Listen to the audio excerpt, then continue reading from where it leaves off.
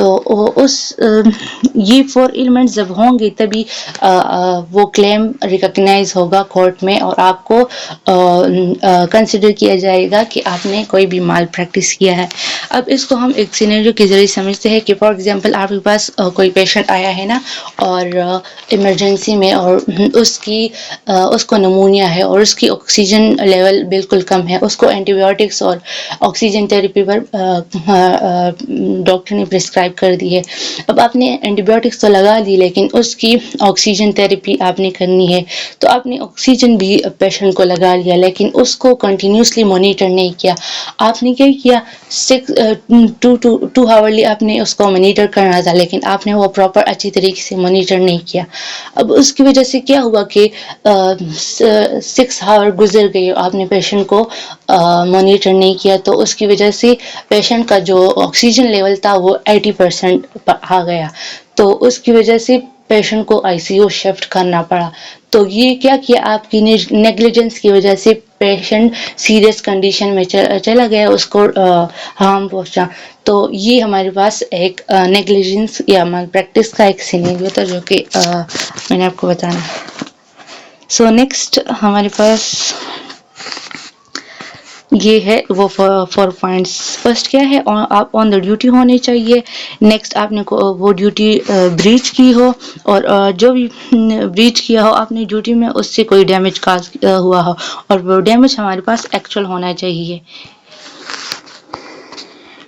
دین ہمارے پاس 4 ایسے ایریاز ہے جس میں کہ ہم ڈیوٹی بریچ کرتے ہیں. سب سے پہلے ہم رائٹ کلائنٹس کو نہیں چوز کرتے. فار ایگزامپل کوئی بھی ایسے پیشنٹ آ گیا آپ کے پاس جس کو آپ نے کوئی اینٹی بایوٹک یا کوئی بھی میڈیکیشن دینی تھی, لیکن آپ نے پیشنٹ کا نام غلط دیکھ لیا, کسی غلط پیشنٹ کو لگا لیا, تو آپ نے یہاں بھی ڈیوٹی بریچ کی. یعنی آپ نے کوئی غلط میڈیکیشن لگا دی, یا ڈوز آپ نے غلط کر دیا, یا پراپر ٹائم پر میڈیکیشن نہیں لگائی, یا آپ نے روٹ غلط کر لیا. تو اس 5 کنڈیشن میں آپ ڈیوٹی بریچ کر سکتے ہیں, اور آپ یہاں پر ہم سے مال پریکٹسز ہو سکتی ہے. نیکسٹ ہے ہمارے پاس اسٹیٹیوٹس کے بارے میں.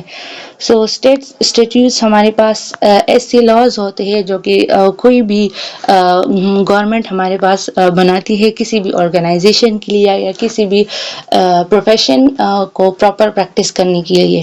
اب اس میں ہمارے پاس اسٹیٹیوٹس تو کسی بھی جو ریزیڈنس ہوتا ہے اس کے لیے ہوتے ہیں, کسی بھی گورنمنٹ یا کسی بھی ملک کے. لیکن اسٹیٹ نرسنگ پریکٹس ایکٹ جو ہے یا PNC رولز ہے وہ اسپیسیفک نرسنگ کے لیے ہے, اور وہ نرسنگ پر ہی اپلائی ہوں گے. تو یہ ہمارے پاس جو اسٹیٹ نرسنگ پریکٹس ایکٹ ہے یہ ہمیں نرسنگ کے اسکوپ کے بارے میں بتاتا ہے, اور اس کے لمیٹیشنز کے بارے میں بتاتا ہے کہ آپ نے یہ کام کرنا ہے یہ نہیں کرنا, آپ نے مطلب کوئی میڈیکل پروسیجر پرفارم نہیں کرنے, کوئی میڈیسن پرسکرائب نہیں کرنی, اور پروفیشن نرسنگ پریکٹس. سو یہ چیزیں آپ کو نرسنگ پریکٹس ایکٹ بتاتی ہے. اب یہ جو ہمارے پاس رولز اینڈ ریگولیشنز ہوتے ہیں یہ ہر ایک اسٹیٹ کے الگ ہو سکتے ہیں, لیکن زیادہ تر اگر ہمارے پاس نرسنگ کے ریلیٹڈ ہے تو موسٹلی چیزیں ان میں کامن ہوگی, لیکن کچھ ویریشنز ہو سکتی ہے. پھر ہمارے پاس پینلٹیز فار وائلیشن. اب یہ جو ہمارے پاس ڈفرینٹ رولز PNC نے سیٹ کر دیا, جو نرسنگ پریکٹس ایکٹ ہمیں بتاتا ہے کہ یہ رولز آپ پر اپلائی ہوتے ہیں, آپ نے یہ کام کرنے ہیں.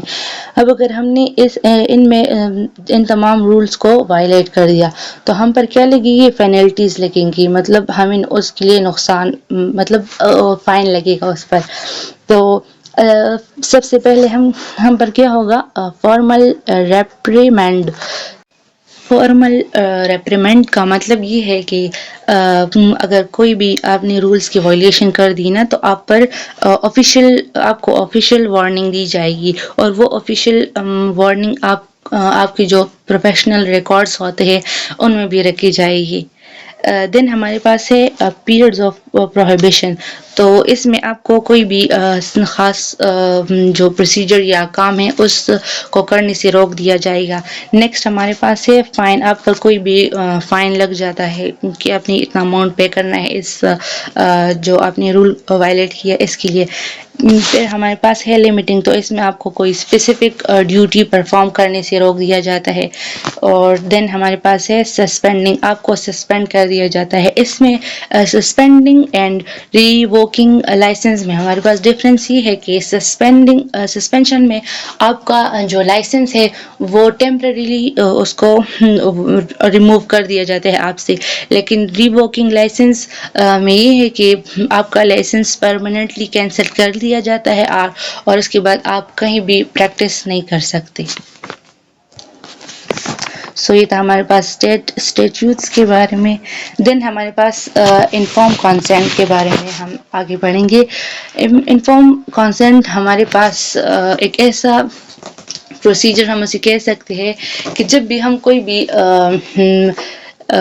کوئی بھی پروسیجر کرتے ہیں کسی بھی پیشنٹ کے ساتھ تو سب سے پہلے ہم اس سے ان کا راضی نامہ پوچھتے ہیں کہ آپ اس پروسیجر کے لیے ریڈی ہے یا آپ راضی ہے کہ ہم آپ کے لیے یہ انٹرونشن کریں. تو اگر ہمارے پاس کوئی بھی پیشنٹ مائنر ہوگا مطلب وہ چائلڈ ہوگا تو اس کے لیے ہم انفارم کانسینٹ پیرنٹ سے لیں گے. لیکن اگر وہ ایڈلٹ ہوگا تو انفارم کانسینٹ ہم اس ایڈلٹ سے ہی لیں گے. تو انفارم کانسینٹ لینے سے پہلے ہمیں کچھ چیزیں ہوتی ہے جو کہ پیشنٹ کو بتانی ہوتی ہے. سب سے پہلے ہم جو بھی کیئر پرووائڈر ہوگا اس نے سارے جو پروسیجر ہے اس کے رسک فیکٹر پیشنٹ کو بتانے ہوتے ہیں. اور اس کے ساتھ ساتھ جو بھی بینیفٹس ہے اس ٹریٹمنٹ یا اس پروسیجر کی وہ بھی بتانے ہیں. اور اس procedure with a client period to giving care. So proper جو پروسیجر ہم نے پرفارم کرنا ہے تو وہ بھی ایکسپلین کرنا ہے کہ یہ پروسیجر میں نے اس طرح پرفارم کرنا ہے. آپ ریڈی ہے یا آپ رضامند ہے اس پروسیجر کو کرنے کے لیے. سو یہ ہے ہمارے پاس انفارم کانسینٹ. اب اگر ہم انفارم کانسینٹ لیں گے تو سب سے پہلے ہم نے یہ چیزیں کرنی ہے. سب سے پہلے ہم نے کیا کرنا ہے نیچر آف پروسیجر بتانا ہے. کوئی بھی پروسیجر ہم کر رہے ہیں فار ایگزامپل نیبولائزیشن پرووائڈ کر رہے ہیں پیشنٹ کو آکسیجن تھراپی دے رہے ہیں یا کوئی بھی میڈیکیشن دے رہے ہیں تو سب سے پہلے ہم نے کیا کرنا ہے پروسیجر ایکسپلین کرنا ہے پیشنٹ کو. دین ہم نے اس کی رسک یا جو بھی ہیزرڈس ہوتے ہیں اس پروسیجر کے رزلٹ میں وہ بھی ایکسپلین کرنے ہیں پراپرلی. دین ہم نے الٹرنیٹیوز بھی بتانے ہیں پیشنٹ کو کہ اس پروسیجر کی کون کون سی الٹرنیٹیوز ہو سکتے ہیں اور بینیفٹس بھی بتانے ہیں. فار ایگزامپل ہمارے پاس ایک پیشنٹ ہے جس کو کولیسسٹائٹس ہے اور ہم نے اس کی فار ایگزامپل ڈاکٹر نے اس کی سرجری کرنی ہے لیکن ہم نے پیشنٹ کا کیا کرنا ہے اس پروسیجر کے لیے ریڈی کرنا ہے. ان سے انفارم کانسینٹ لینا ہے. تو اس کیس میں ہم کیا کریں گے سب سے پہلے تو پروسیجر کو ایکسپلین کریں گے نا کہ آپ کی اس طرح کی لیپروسکوپک سرجری ہوگی. مائنر سا انسیجن دیں گے آپ کو اور وہ جو اسٹونس ہے وہ نکال لی جائیں گے. اور اس کی رسک فیکٹر بتا دیں گے کہ آپ کو مطلب کوئی بھی اس کے جو سرجری کے دوران اینستھیزیل کوئی بھی ریئیکشنز ہو سکتے ہیں. ہم اگر لیپروسکوپک سرجری نہیں کر سکے تو اوپن سرجری پر بھی ہم کنورٹ ہو سکتے ہیں. اس طرح سارے جو رسک فیکٹرز ہوتے ہیں نا وہ بتانے ہیں اپنے پیشنٹ کو. دین ہم نے الٹرنیٹیو بتانے ہیں کہ اگر ہمارے پاس ہم لیپروسکوپک سرجری نہیں کر سکتے تو ہم اوپن سرجری بھی اس کے الٹرنیٹیو میں کر سکتے ہیں. یا اگر ہم دونوں سرجری ہی نہ کریں تو ہم آپ کو پین کلرز اور میڈیکیشن پر بھی رکھ سکتے ہیں لیکن لیٹر آن وہ کمپلیکیشن کاز کرے گا. دین ہم نے بینیفٹس بتانے ہیں کہ اگر ہم نے پراپر جو سرجری تھی وہ آپ کی کر لی تو آپ سے کہ جو جتنے بھی سائن اینڈ سمٹمز ہے جو بھی پرابلمس ہے وہ سالو ہو جائیں گی. سو یہ چیزیں سارے آپ نے پیشنٹ کو بتانی ہے. نیکسٹ ہمارے پاس ہے when I C is not required. ایسی کون سی کنڈیشن ہوں گے جس میں کہ ہم نے انفارم کانسینٹ نہیں لینا پیشنٹ سے. سو سب سے پہلے ہمارے پاس ایمرجنسی سچویشنز میں ہم نے نہیں لینا. کوئی بھی ایمرجنسی سچویشن ہو آپ کے پاس کوئی بھی پیشنٹ آ گیا ہو جس کو پرومپٹلی ٹریٹمنٹ کی ضرورت ہوتی ہے تو اس میں آپ نے پیشنٹ کی لائف کو سیو کرنا ہے. انفارم کانسینٹ کے انتظار نہیں کرنا کہ ہم ویٹ کریں ان کے پیرنٹ آئے یا ان سے کانسینٹ کانسٹنٹلی یا پیشنٹ انکانشیس ہے وہ کانشیس ہو اس کے بعد ان سے انفارم کانسٹنٹلی اور بعد میں پروسیجر کرے تو اور تب تک تو بندہ اوپر پہنچ گیا ہوگا. تو سب ایمرجنسی کنڈیشن میں ہم نہیں لیتے. نیکسٹ ہمارے پاس کوئی بھی in case of healthcare provider have made a reasonable attempt to contact the parent child parent. For example آپ کے پاس ایمرجنسی میں کوئی بھی چائلڈ آ گیا اور اس کو پرومپٹلی ٹریٹمنٹ کی ضرورت ہے لیکن اس ٹائم اس کے پیرنٹس موجود نہیں ہیں تو آپ نے کیا کرنا ہے. سب سے پہلے جو چائلڈ کو جو ٹریٹمنٹس چاہیے ہو وہ آپ نے اسٹارٹ کرنی ہے. دین اس کے پیرنٹس کو انفارم کرنا ہے. دین ہمارے پاس اگر کوئی بھی ایسا سسپیکٹڈ فزیکل یا سیکشل ابیوز کا کیس ہو تو اس میں بھی چائلڈ کے پیرنٹس سے ہم نے انفارم کانسنٹ نہیں لینا کیونکہ اس کیس میں اس چائلڈ کے پیرنٹس ہی کیا پتہ ابیوز کے ریزن ہو سکتے ہیں تو ہم رسک نہیں لے سکتے چائلڈ کے کیس میں کیونکہ اس کی وجہ سے اور بھی ہارم ہو سکتا ہے چائلڈ کو. نیکسٹ ہمارے پاس فورینسک ایگزامینیشن میں بھی ہم نہیں لیتے انفارم کانسنٹ کیونکہ کوئی بھی ٹریٹمنٹ جب ہم کرتے ہیں تو اس میں سب سے پہلے ہماری پرائیورٹی ہوتی ہے پیشنٹ کی بینیفٹس اور اس کی ٹریٹمنٹ اور کیئر کی. ہم انفارم کانسنٹ لیتے ہیں ان کو پراپر پروسیجر ایکسپلین کرتے ہیں لیکن فورینسک ایگزامینیشن میں ہماری جو مین ڈومین ہوتا ہے یا جو گول ہوتا ہے وہ پیشنٹ کو کیئر پرووائڈ کرنا نہیں ہوتا.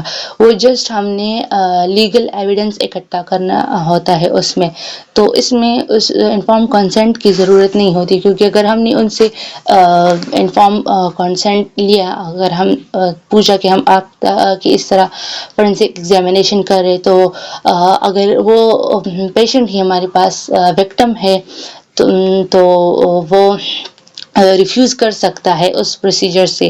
لیکن اگر ہم یہ پروسیجر کر بھی رہے ہیں تو جینیٹل اور ریکٹل ایگزامینیشن کو کسی بھی چائلڈ کو فورس نہیں کریں گے اس ایگزامینیشن کے لیے کیونکہ ہم نے مطلب صحیح ہے ایویڈنس تو اکٹھا کرنا ہے لیکن ایتھیکل سٹینڈرڈز کو بھی مینٹین رکھنا ہے ساتھ ساتھ. نیکسٹ ہمارے پاس ہے when a minor can consent for care. ایسی کون سی کنڈیشن ہوگی جس میں کہ مائنر مینس جو بچہ ہوتا ہے وہ کنسنٹ دے سکتا ہے وداؤٹ انفارمنگ دیئر پیرنٹس. سو وہ ہمارے پاس پریگنینسی کی کیس میں ہو سکتا ہے کوئی بھی کنٹراسیپشن جب ہم یوز کرتے ہیں یا کوئی بھی ایسی سیکشل ٹرانسمیٹڈ ڈیزیز ہے اس کے ریگارڈنگ ہم کوئی بھی ٹریٹمنٹ یا ٹیسٹ کر رہے تو اس کنڈیشن میں ہم انفارم کنسنٹ اس چائلڈ سے لیں گے کیونکہ ہمارے پاس ایسی کنڈیشن ہے نا جس میں کہ اگر ہم اس پیشنٹ کے اس چائلڈ کے پیرنٹس کو بتا دینا تو سب سے پہلے تو کانفیڈینشیلٹی جو تھی وہ ہم نے بریچ کر لی اور اس کی وجہ سے جو ہمارے پاس پیشنٹ اور نرس کا جو ریلیشن تھا اور جو ٹرسٹ تھا وہ بلڈ نہیں ہو سکا تو وہ ٹریٹمنٹ جو ہم اس کو اگر پرووائڈ کریں گے تو وہ اس سے بھی ریفیوز کرے گا وہ پراپر ٹریٹمنٹ بھی نہیں لے گا. نیکسٹ جو مین ریزن ہے اس کا کیونکہ یہ ہمارے پاس ایسی کنڈیشن ہے جس میں کہ ڈفرینٹ پیرنٹس نیگیٹیولی پھر ریئیکٹ کر لیتے ہیں وہ اپنے بچے کو پھر نقصان پہنچانا اسٹارٹ کر لیتے ہیں تو اس وجہ سے ہم کیا کرتے ہیں انفارم کانسنٹ چائلڈ سے لیتے ہیں اور پیرنٹس کو اس میں انوالو نہیں کرتے. نیکسٹ ہمارے پاس ڈرگ اور الکوہل کی ٹریٹمنٹ کی کنڈیشن ہے تو اس میں بھی ہم پیرنٹس کو نہیں بتاتے کیونکہ وہی کنفیڈینشیلٹی اس کی بات آ جاتی ہے اور پھر پیرنٹ نیگیٹیولی بھی ریئیکٹ کر سکتے ہیں اور اگر ہم ان کو نہ بتائیں تو ہم پراپر اس پیشنٹ کی کاؤنسلنگ کر سکتے ہیں اور ان کی ارلی انٹرونشنز کر سکتے ہیں ان کو ان ڈرگ یا سبسٹانس ایبیوز سے ہم بچا سکتے ہیں. In some states, emancipated child can make their healthcare decision by themselves. Emancipated وہ بچے ہوتے ہیں جو کہ انڈیپینڈنٹ ہوتے ہیں جن کا کوئی نہیں ہوتا تو وہ سارے فیصلے اپنے خود لیتا ہے تو ان سے ہم انفارم کانسنٹ لیں گے. نیکسٹ ہمارے پاس ہے when a minor can consent for care. وہی ہے کہ a minor can consent to care as long as individual demonstrate maturity to understand the risk or benefits of treatment. So